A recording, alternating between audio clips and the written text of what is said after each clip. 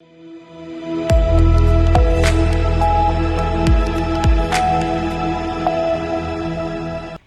के बाद स्वागत है आपका एक बार फिर से। यूपी बुलेटिन में शुरुआत करेंगे आगरा से, जहां विशाल जन सुविधा कैंप का आयोजन किया गया है।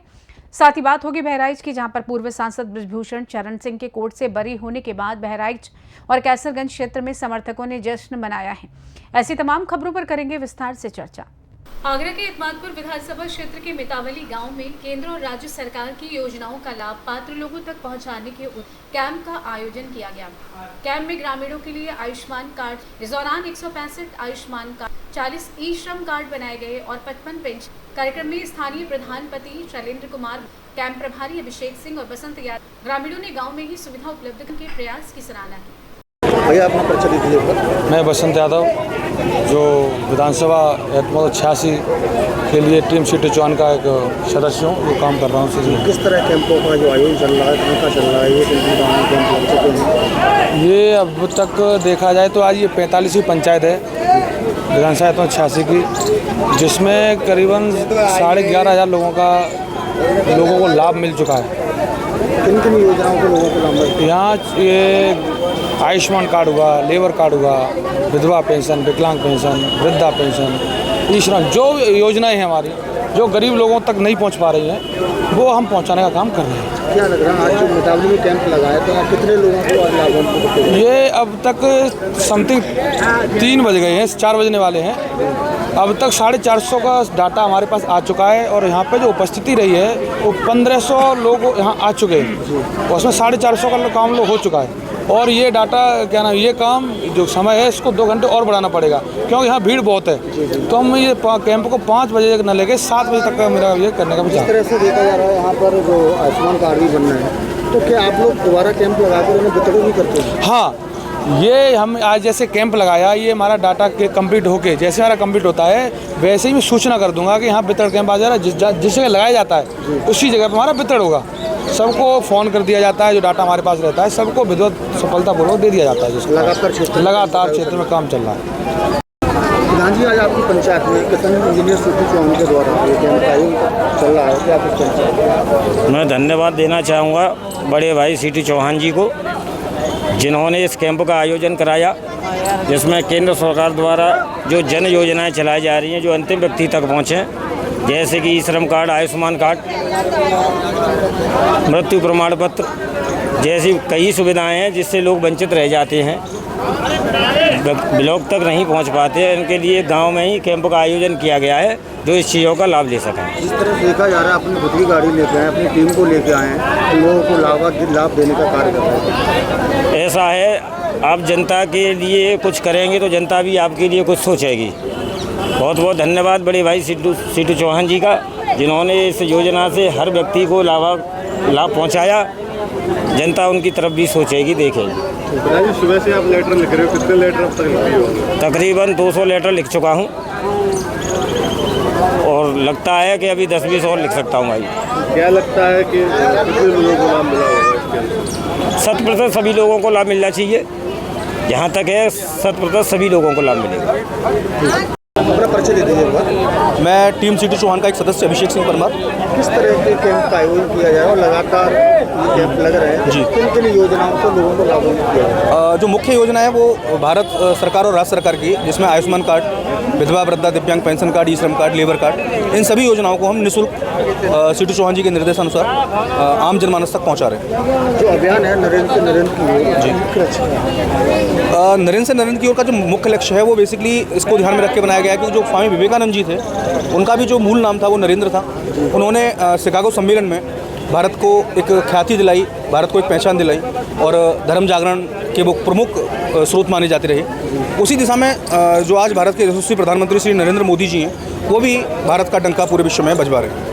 उसी दिशा में क्योंकि नरेंद्र से नरेंद्र की ओर सीटू चौहान जी जो हैं वो एक जो स्वामी विवेकानंद जी हैं उनको एक प्रेरणा के तौर पे देखते हैं, तो वहीं से इस अभियान की शुरुआत हुई, इस नाम की शुरुआत हुई और आज ये आम जनमानस तक पहुंचकर सरकारी योजनाओं को आम जनता तक पहुंचा रहा है। और ये जितने भी हम उनको चाहे सामाजिक कार्य करें, धार्मिक कार्य करें, ये जो अभियान है वो उसमें लगातार कार्य करता रहेगा। कहीं ना कहीं देखा जा रहा है कि जो गाँव का आखिरी व्यक्ति है वहाँ तक योजना नहीं पहुँच। बिल्कुल, हाँ, नहीं, बिल्कुल हमारा लक्ष्य यही है कि जो पंक्ति में आखिरी व्यक्ति खड़ा है उस तक सरकारी योजनाओं का लाभ पहुँचे। वो जो उस व्यक्ति की हम कह सकते हैं कि उसका जो पात्रता है, व्यक्ति की पात्र होने के साथ भी उसको लाभ नहीं मिल पा रहा था। ये सीटू चौहान जी ने इस चीज़ को देखा, परखा और फिर इस अभियान को ज़मीन पर उतारा कि जो पंक्ति में आखिरी व्यक्ति खड़ा है उस तक भी ये जो सरकारी योजनाओं का लाभ पहुँचे।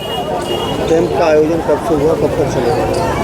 कैंप का आयोजन मैं आपको एग्जैक्ट डेट बताऊं, समथिंग 1 मई को प्रेस कॉन्फ्रेंस के माध्यम से सीटू चौहान जी ने इस आयोजन की शुरुआत करी।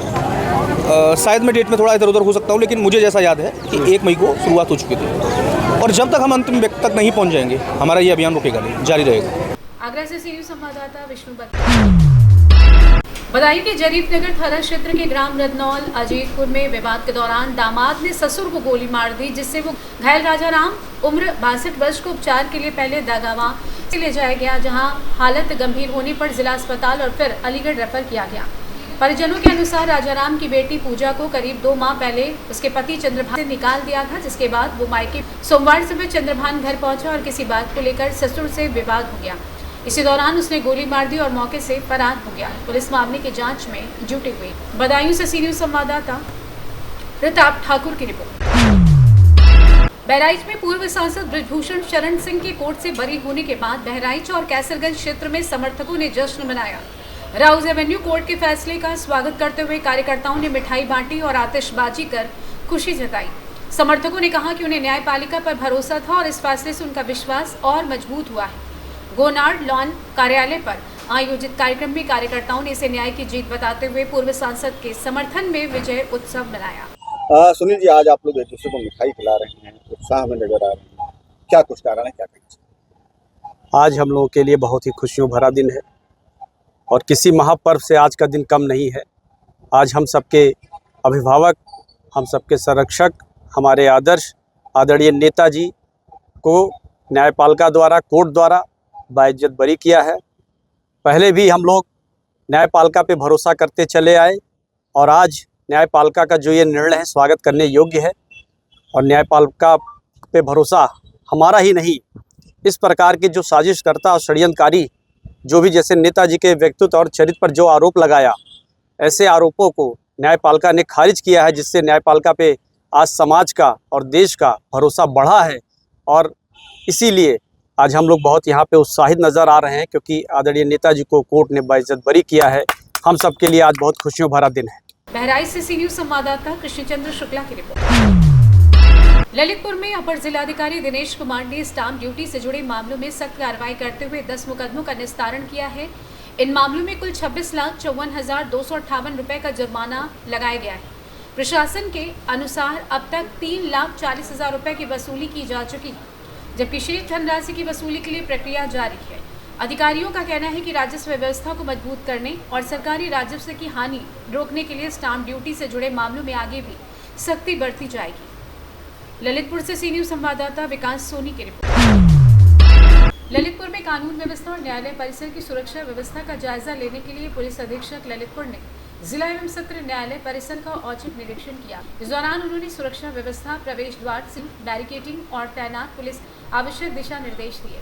पुलिस अधीक्षक ने कहा कि न्यायालय परिसर संवेदनशील स्थान है, इसलिए सुरक्षा में किसी भी प्रकार की लापरवाही बर्दाश्त नहीं। नजर रखने, आगंतुकों की सघन जांच और ड्यूटी में सतर्कता बनाए रखने के निर्देश दिए। सीनियर संवाददाता विकास सोनी की रिपोर्ट। महाराजगंज के पुरंदरपुर थाना पुलिस ने 15,000 रुपए के इनामी वांछित अभियुक्त को गिरफ्तार कर जेल भेज दिया है। थाना अध्यक्ष गौरव कन्नौजिया और चौकी इंचार्ज संजय सिंह के नेतृत्व में पुलिस टीम ने मुखबिर की सूचना पर आरोपी को पकड़ा। पुलिस के अनुसार बीते 22 जुलाई को ग्राम एकमा लक्ष्मीपुर निवासी संजय कुमार पत्नी के इलाज के लिए अस्पताल गए थे, तभी अज्ञात चोरों ने घर में घुसकर सोने चांदी के गहने, सिलेंडर और नकदी चोरी कर ली। मामले में थाना पुरंदरपुर पर मुकदमा दर्ज किया गया था और आरोपी की गिरफ्तारी पर 15,000 रुपए का इनाम घोषित था। पुलिस ने आरोपी को गिरफ्तार कर आवश्यक कार्रवाई के बाद जेल भेज दिया है। महाराजगंज से सीनियर संवाददाता अंगद शर्मा की रिपोर्ट।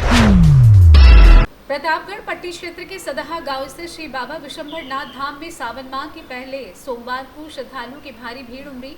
सुबह से ही शिव भक्तों ने भगवान भोलेनाथ का जलाभिषेक कर सुख समृद्धि एवं क्षेत्र की खुशहाली की कामना की। मंदिर परिसर हर हर महादेव और बोल बम के जयघोष से गूंजता रहा। इसी बीच मंदिर के नव निर्माण कार्य भी तेजी से जारी है। डाही गांव निवासी Shri Mateshwari transport private limited के चेयरमैन रामदेव पांडे मंदिर निर्माण समिति के अध्यक्ष के रूप में निर्माण कार्य का नेतृत्व कर रहे हैं। धाम का निर्माण अंतिम चरण में पहुंच चुका है। मंदिर निर्माण समिति के अनुसार प्रस्तावित रूप से फरवरी 2027 में श्री बाबा विशंभरनाथ धाम का भव्य लोकार्पण कराया जाएगा। निर्माणाधीन धाम को क्षेत्र में सनातन संस्कृति, आस्था और आध्यात्मिक चेतना के प्रमुख केंद्र के रूप में विकसित किया जा रहा है। रामदेव पांडे लंबे समय से सामाजिक एवं धार्मिक कार्यों में सक्रिय हैं। वे समाज में प्रेम, सौहार्द और सेवा की भावना को बढ़ावा देने के लिए निरंतर कार्य कर रहे हैं। क्षेत्रवासियों ने उनके प्रयासों की सराहना करते हुए मंदिर निर्माण शीघ्र पूर्ण होने तथा धाम के भव्य लोकार्पण की कामना की। प्रतापगढ़ से सी न्यूज संवाददाता रोहित जायसवाल की रिपोर्ट। सुल्तानपुर के गोसाईगंज थाना क्षेत्र के मौलागंज के पास सोमवार को तेज रफ्तार स्विफ्ट डिजायर कार की टक्कर से 2 युवतियों की मौके पर ही मौत हो गई। हादसे में मृतकों की पहचान लोटरिया टाटिया नगर निवासी 20 वर्षीय मंकी निषाद और 22 वर्षीय पार्वती निषाद के रूप में हुई है। सूचना पर पहुंची पुलिस ने दोनों शवों को कब्जे में लेकर पोस्टमार्टम के लिए भेज दिया है। घटना के बाद परिजनों में कोहराम मचा हुआ है। पुलिस मामले की जांच कर आगे की कार्रवाई में जुटी हुई है। आज दिनांक 3/8/2026 को समय करीब 11:30 बजे थाना गोसाईगंज क्षेत्र अंतर्गत पार्वती उम्र 22 वर्ष पुत्री लालू निषाद एवं मनकी उम्र 21 वर्ष पुत्री ओम प्रकाश निषाद सैफुल्लागंज से तातिया नगर चौराहे की तरफ जा रही थी। इतने में पीछे से स्विफ्ट डिजायर अनियंत्रित कार तेज़ी से चलाते हुए टक्कर मार दिया, जिससे दोनों महिलाएं घायल हो गईं और दोनों को जिला चिकित्सालय इलाज के लिए भिजवाया गया, जहां पे पार्वती देवी को चिकित्सकों ने मृत घोषित कर दिया एवं मनकी देवी के थोड़ी देर इलाज के बाद भी मृत घोषित कर दिया। पंचायतनामा की कार्रवाई की जा रही है। तहरीर प्राप्त कर अभियोग पंजीकृत किया जाएगा। फॉरेंसिक टीम साक्ष्य संकलन के लिए बुला लिया गया है। मौके पर शांति व्यवस्था है। यातायात सुचारू रूप से चल रहा है। दुर्घटना की हुई गाड़ी को कब्जे पुलिस ले लिया गया है। गाड़ी का चालक फरार है। सुल्तानपुर से सी न्यूज संवाददाता वाजिद हुसैन की रिपोर्ट। फिलहाल के लिए इस खास बुलेटिन में बस इतना ही। देश दुनिया की तमाम बड़ी खबरों को जानने के लिए जुड़े रहिए सी न्यूज भारत के साथ। हर खबर आपके साथ, आपके हाथ।